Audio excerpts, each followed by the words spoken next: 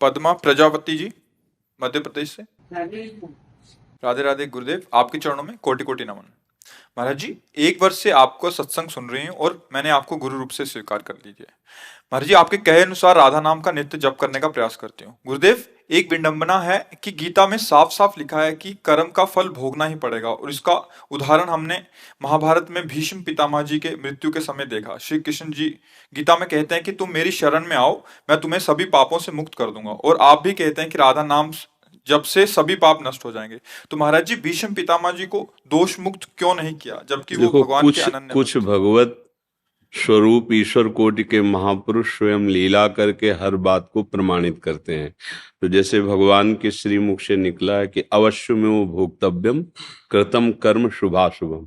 तो भगवान और भीष्म जी, ब्रह्मा जी, धर्मराज जी, भगवान शंकर जी, ये इतना भी अंतर नहीं है। नारद जी जैसे ना, ये महाभागवत जो 12 महाभागवत हैं, ये साक्षात भगवान के ही अवतार हैं। तो एक एक शब्द का प्रमाण मिलता है। अवश्य में भोक्तव्यम, तो बोले भीष्म जैसे महापुरुष को भी भोगना पड़ा। अहम तो हम स्वरूपापेभ्यो मोक्षयिष्यामि मां शुचा, तो वैश्यागामी बिल्व मंगल जी, इसी जन्म में जगत पूज्य बिल्व मंगलाचार्य जी। घोर वैश्या जो पापाचरण करती है, रंगनाथ जी भगवान ने सर झुका दिया और मुकुट पहनाए उसके।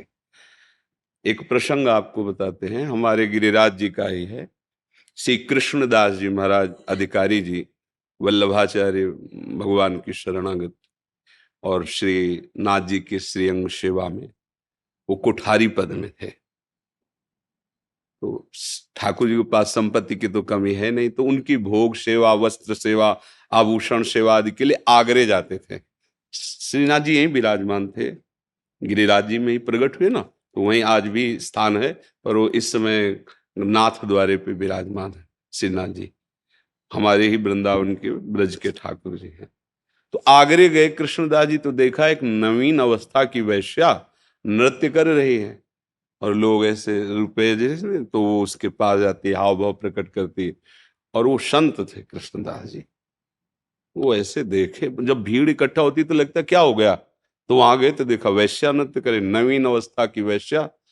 बहुत एकाग्रता से देखा, इतनी हाव भाव, इतनी मधुर वाणी, इतना सुंदर नृत्य, ये तो हमारे लालजू को रिझा सकती है। तो उस समय 100 मुद्रा निकाली ऐसे, बाबा जी 100, वो तो अधिकारी है सिन्हा, देखते ही वो तो नजदीक आ गए, दिया,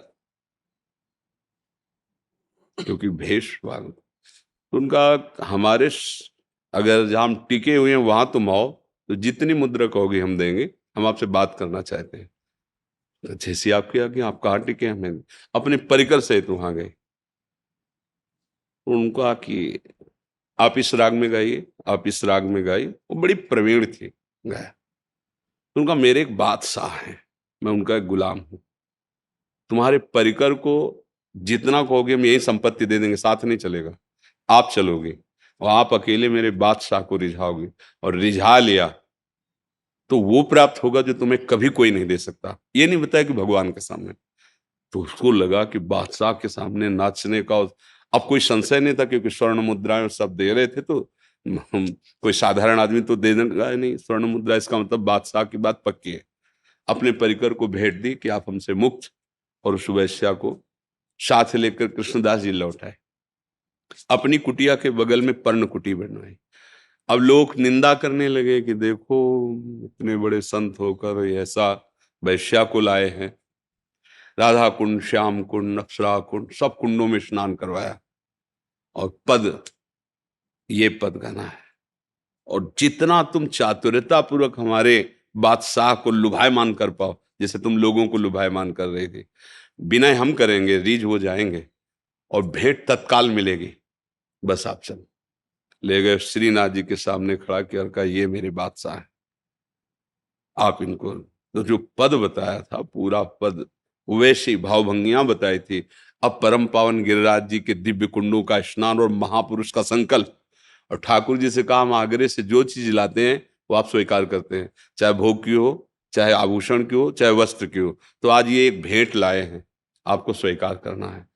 पद गा के जीव ही जैसे बादशाह को किया, ऐसी मुद्रा में हुई तो ये देखा कि कोटि कोटि मनमथारी ललित त्रिभंगी मुरली मनोहर ठाकुर। तत्काल प्राण निकल गए, तत्काल प्राण निकल गए, निष्प्राण होकर गिर गए। बोले ठाकुर ने भेंट स्वीकार कर ली।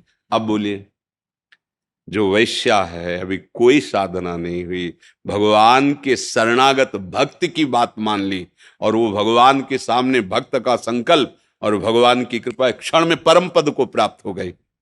ये जो ईश्वर, जैसे सनकादि, ये ब्रह्मबोध संपन्न महापुरुष है, इसमें इनमें कहीं काम क्रोध का लेस भी नहीं है।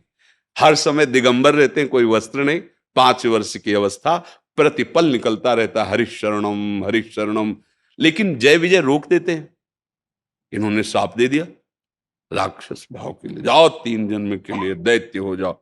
ये भगवान की लीला होती, वो अपने आप से अपने आप में खेल रहे। सनकादि, जय विजय और भगवान इतना भी अंतर नहीं है। हरि स्वरूप होकर जय विजय विराजमान है, हरि स्वरूप होकर सनकादि। अब वो लीला उनको करनी नहीं, सनकादि में क्रोधादि नहीं। एक जन्म की क्या बात, कुछ क्षण तन्मयता पूर्वक भजन कर ले तो भगवान उसको निश्चित निष्पाप कर देते। पर जैसे कुछ उदाहरण मिलते, जैसे देवर्षि नारद जी काम विजयी होकर अहम आ गया, शंकर जी की बात नहीं मानी, भगवान से जाके अपने अहम की बात कही, तत्काल मोहित हो जाते हैं और ब्याह के लिए तैयार हो जाते हैं। ये भगवान के 24 अवतारों में नारद जी हैं। क्या उनमें काम है क्या? नहीं। वो हमें ये करके बताते हैं कि ऐसी स्थिति में भी यदि आपको अभिमान आ गया तो आप गिर सकते हैं। ये नहीं है कि ये काम में गिर गए तो कौन बचेगा। पढ़ो, ठाकुर हरिदास जी नौजवान हैं, एकांत कुटिया है, हरे कृष्ण भगवान नाम जप कर रहे हैं। वो वैश्या 9 युवती आई और उस धनी ने कहा था अगर गिरा दो तो जितना कहोगे पैसा देंगे। 3 दिन आई और स्वयं नाम जप करने लगी, कुछ फर्क नहीं पड़ा हरिदास जी पर। तो हमें ये देखना है कि कहां कौन सा उपदेश लागू होता है, किस उपदेश का किस रूप में भगवान उदाहरण दे रहे हैं। क्योंकि शास्त्र पूरा जैसे मेडिकल स्टोर है ना, तो आप उसमें फंस जाओगे, बीमारी बढ़ा लोगे। डॉक्टर जो दवा लिखे वही मेडिकल स्टोर से लीजिए। तो शास्त्र एक मेडिकल स्टोर है। आप गुरुजनों के वाक्यों से जो बात निकले उसे जीवन में उतारो, निश्चिंत हो जाओगे। उसमें संशय, डॉक्टर की दवा में संशय थोड़ी होता है। संशय होता है वो तो इतना पूछ लिया जाता है तो हमारा रोग ठीक हो जाएगा। बिल्कुल विश्वास करो। आप पैसा दिए, टेबलेट लिए चले गए। यहां तो पैसा नहीं, यहां श्रद्धा है। याभ्याम विना न पश्यन्ति सिद्धा स्वांता स्तमीश्वरम भवानी शंकरो वंदे श्रद्धा विश्वास रूपिणो। श्रद्धा और विश्वास के साथ आप नाम जप कीजिए, निश्चिंत हो जाइए। आप भीष्म नहीं हैं। ये पक्की मटकी को फोड़ के कुछ नहीं बनाया जा सकता, लेकिन कच्ची मटकी को जो चाहो आकार दे सकते हो, जब चाहो चाहे। हम लोग कच्ची मटकी है, हम लोग भीष्म नहीं है, ब्रह्मा नहीं है, सनकादि नहीं, साधारण जीव है। कच्ची मटकी जैसा चाहो बना लो, लेकिन वो पक्की मटकी है, वो नहीं। तभी उनके लिए कह दिया गया न देव न ब्रह्मादेर न खलु हरि भक्तेर। क्यों? वो पक्की मटकी है, वो ब्रह्मबोध संपन्न है। हम लोग विषयी जीव कच्चे। चाहो तो अभी उठाकर अपने प्रेम में लगा दो, और चाहो धक्का मारो तो नारकी गतियों में पड़े, नाथ मैं तो कुछ नहीं हूं यहां से। तो अपने लोगों को जो जीवन के लिए प्रभु आदेश कर रहे हैं, हम सर्व पापेभ्यो मोक्षयिष्यामि मा शुचा, पक्का वो बात समझिए। वो उदाहरण दिया जाता है कि कर्मों का इतना प्रबल स्वरूप है, पर कृपा का बहुत। कई बार हमने उदाहरण दिया कि जैसे वकीलों से सिद्ध हो गया कि आप अपराधी हो, न्यायाधीश ने आदेश कर दिया, फांसी पाश हो गई, आप कोई नहीं काट सकता, एकमात्र राष्ट्रपति। आप निवेदन कीजिए, अगर वो क्षमा कर देता है तो वकील और न्यायाधीश सबकी बात रद्द, उसकी बात। तो हमारे अनंत कोटि ब्रह्मांडों के स्वामी श्री कृष्ण हैं, वो कह रहे हैं हम सर्व पापेभ्यो मोक्षयिष्यामि मा शुचा। आप अपना निवेदन पत्र पहुंचाइए, सजा तो निश्चित हो गई है, अवश्य में भोक्तव्यम कृतम कर्म शुभाशुभम, और वो माफ कर दें, खेल खत्म। भगवान उसे मोक्ष पदवी को प्रदान, इसमें बिल्कुल संशय नहीं करना चाहिए। अलग अलग जगह के अलग अलग वाक्यों का उसका उदाहरण है। शास्त्र बहुत बड़ा है। अब आप एक यहां की बात वहां जोड़ेंगी तो नहीं समझ पाएंगे। एक होती है अधम, अशरण, पतित, मैं हूं, नाथ आप पाओ, इसका कोई बिगाड़ नहीं सकता। ब्रह्मचर्य, तपस्या, जितेंद्रियता, विविध प्रकार। अब वहां आपको जांच होगी, क्योंकि आप हैं कुछ, और जो कुछ नहीं है वो सीधे गोद में बैठे। इसीलिए तो यही दरबार दीन को आदर रीति। दीन का तात्पर्य हम कुछ नहीं प्रभु, केवल आपकी कृपा से ही हमारा निस्तरण हो सकता है।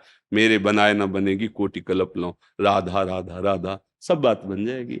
और मानने की है मान लो तो अभी सब संशय खत्म हो जाएगा, ना मान लो तो राधा राधा जपते रहो, जान जाओगे, फिर तुम्हें बताना नहीं पड़ेगा।